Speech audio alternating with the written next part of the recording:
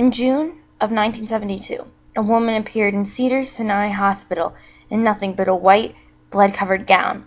Now this, in and of itself, should not be too surprising, as people often have accidents nearby and come to the nearest hospital for medical attention. But there were two things that caused people who saw her to vomit and flee in terror. The first being that she wasn't exactly human. She resembled something close to a mannequin, but had the dexterity and fluidity of a normal human being.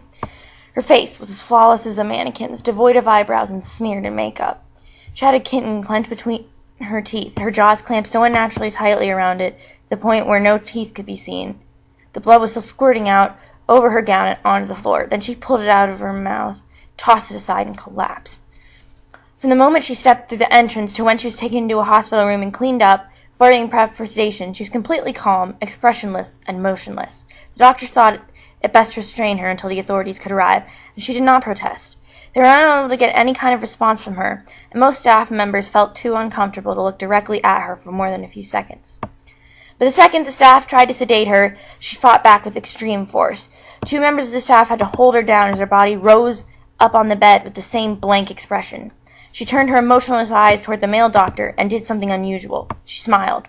As she did, the female doctor screamed and let go out of shock. In the woman's mouth were not human teeth, but long, sharp spikes. Too long for her mouth to close fully without causing any damage.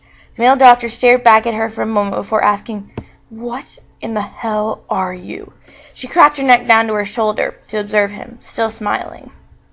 There was a long pause. The security had been alerted and could be heard coming down the hallway.